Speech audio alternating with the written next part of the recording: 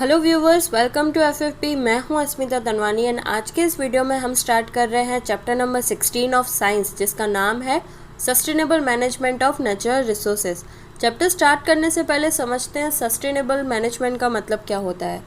Sustainable management का मतलब आप किसी चीज़ को यूटिलाइज करते हो but in a limited manner. जैसे सपोज कर लो आपके पास एक बोतल है, उस बोतल में आप उतना ही पानी भरते हो जितना उसके अंदर कैपेसिटी होती है, ना कि उतना कि वो पूरा भर के वेस्ट हो जाए पानी। इस एग्जाम्पल से आप समझ ही गए होंगे कि मतलब आपकी जितनी नीड है बस उतना ही आपको उस रिसोर्स को यूज़ करना चाहिए और बाकी का जो है उसे फ्यूचर जनरेशन के लिए भी सेव करके रखना चाहिए। बस यही है हमारा सस्टेनेबल मैनेजमेंट। अब आते हैं नेचुरल रिसोर्सेज पे। नेचुरल रिसोर्सेज मतलब ऐसी चीज़ें जो आपको नेचुरली अवेलेबल हो, जैसे वाटर, सॉइल, मिनरल, फॉरेस्ट, ये सब कुछ नेचर के अंदर आ जाती है। बट जैसे जैसे पॉपुलेशन इंक्रीज़ हो रही है, टेक्नोलॉजिकल डेवलपमेंट हो रहा है, वैसे वैसे पॉल्यूशन इंक्रीज़ होता जा रहा है और जो हमारे नेचुरल रिसोर्सेज हैं वो ख़राब होते जा रहे हैं। Now what do you mean by pollution? Pollution का मतलब क्या होता है? आपके जो बेसिक कंपोनेंट्स है सॉइल, वाटर एंड एयर, इनकी प्रॉपर्टीज़ में कुछ भी ऐसे चेंजेस होते हैं जो ह्यूमन लाइफ के लिए और जो लिविंग ऑर्गेनिजम्स हैं दूसरे अर्थ के ऊपर, उनके लिए हार्मफुल हो, और उस कंडीशन को हम कहते हैं पॉल्यूशन। अब पॉल्यूशन को रोकना है तो कुछ तो करना पड़ेगा, तो उस कंडीशन को भी हमने एक नाम दे रखा है, जैसे बोलते हैं हम कंजर्वेशन। कंजर्वेशन करने के लिए बहुत सारे इंटरनेशनल लॉज, ऑर्गेनाइजेशंस, एक्ट्स बनाए गए हैं ताकि हम जितना हो सके इन्वायरमेंट को प्रोटेक्ट कर सकें। और यही जो लॉज एंड ऑर्गेनाइजेशंस होते हैं लोगों को अवेयर करते हैं कि कैसे इन्वायरमेंट को प्रोटेक्ट किया जा सके। पॉल्यूशन का सबसे बड़ा एग्जाम्पल है हमारी गंगा नदी, जिसे हम पवित्र मानते हैं, बट वो भी अभी बहुत बुरी कंडीशन में है, जिसके लिए द गंगा एक्शन प्लान को इंट्रोड्यूस किया गया था।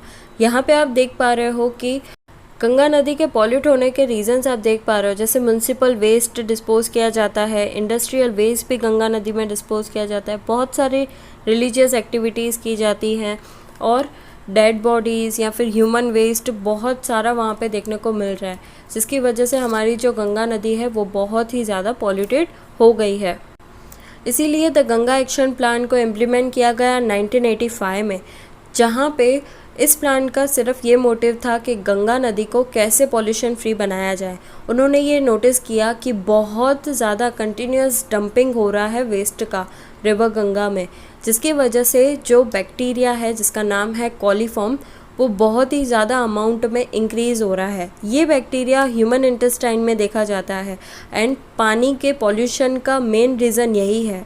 और दूसरा, वहाँ के जो लोग हैं उसी पानी को बाथिंग के लिए, वॉशिंग के लिए और बहुत सारी और चीज़ों के लिए यूज़ करते हैं, जिसकी वजह से जो पानी है उसका पीएच लेवल इंक्रीज़ हो गया है और वो कंटेमिनेंट हो गया है। पीएच का मतलब होता है जैसे आप एसिडिटी बेसिडिटी चेक करते हो, बस वही है आपका पीएच लेवल। कंटेमिनेंट्स का मतलब कि जो आपके अनवांटेड बैक्टीरियाज, फंगस, वायरस, ये सब चीज़ें जो होती हैं, हार्मफुल सब्सटेंस जो होते हैं, पानी को ख़राब कर देते हैं, उसे हम बोलते हैं कंटेमिनेंट्स।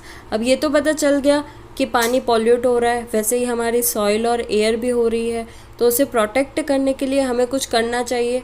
तो बस उसके लिए एक स्टडी है जिसका नाम है 3R।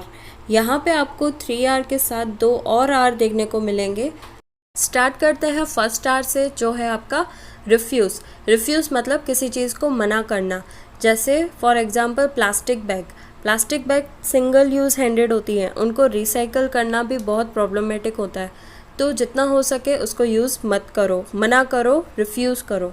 रिड्यूस, रिड्यूस का मतलब होता है कि किसी चीज़ को कम में यूज़ करो। जैसे आप इलेक्ट्रिसिटी यूज़ करते हो, तो अगर ज़रूरत नहीं है तो रूम की लाइट ऑफ कर दो।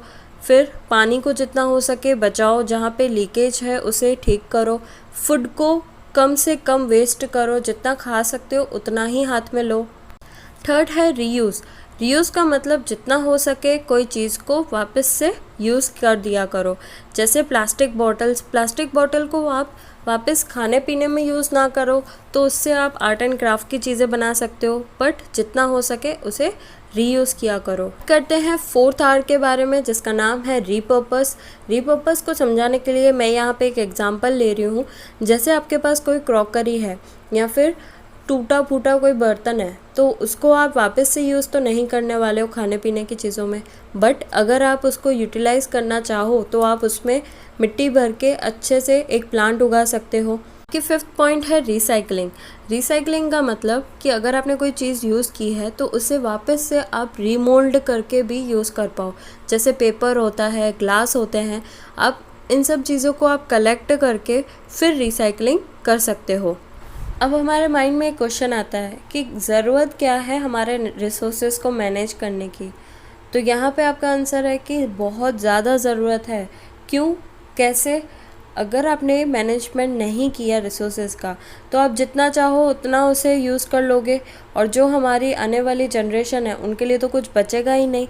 तो जब आप मैनेजमेंट करते हो तो आप ये ध्यान रखते हो कि जो आपके अवेलेबल रिसोर्सेज हैं वो आपके लिए इनफ हो और जो आने वाली जनरेशन है उनके लिए भी इनफ हो, और उसे केयरफुली आप यूटिलाइज़ करो, ना कि अनलिमिटेड वे में। आज की वीडियो यहीं ख़त्म होती है। अगर आप लोगों को मेरी वीडियो पसंद आई हो तो do like, share and subscribe. मिलते हैं नेक्स्ट वीडियो में, तब तक के लिए बाय बाय।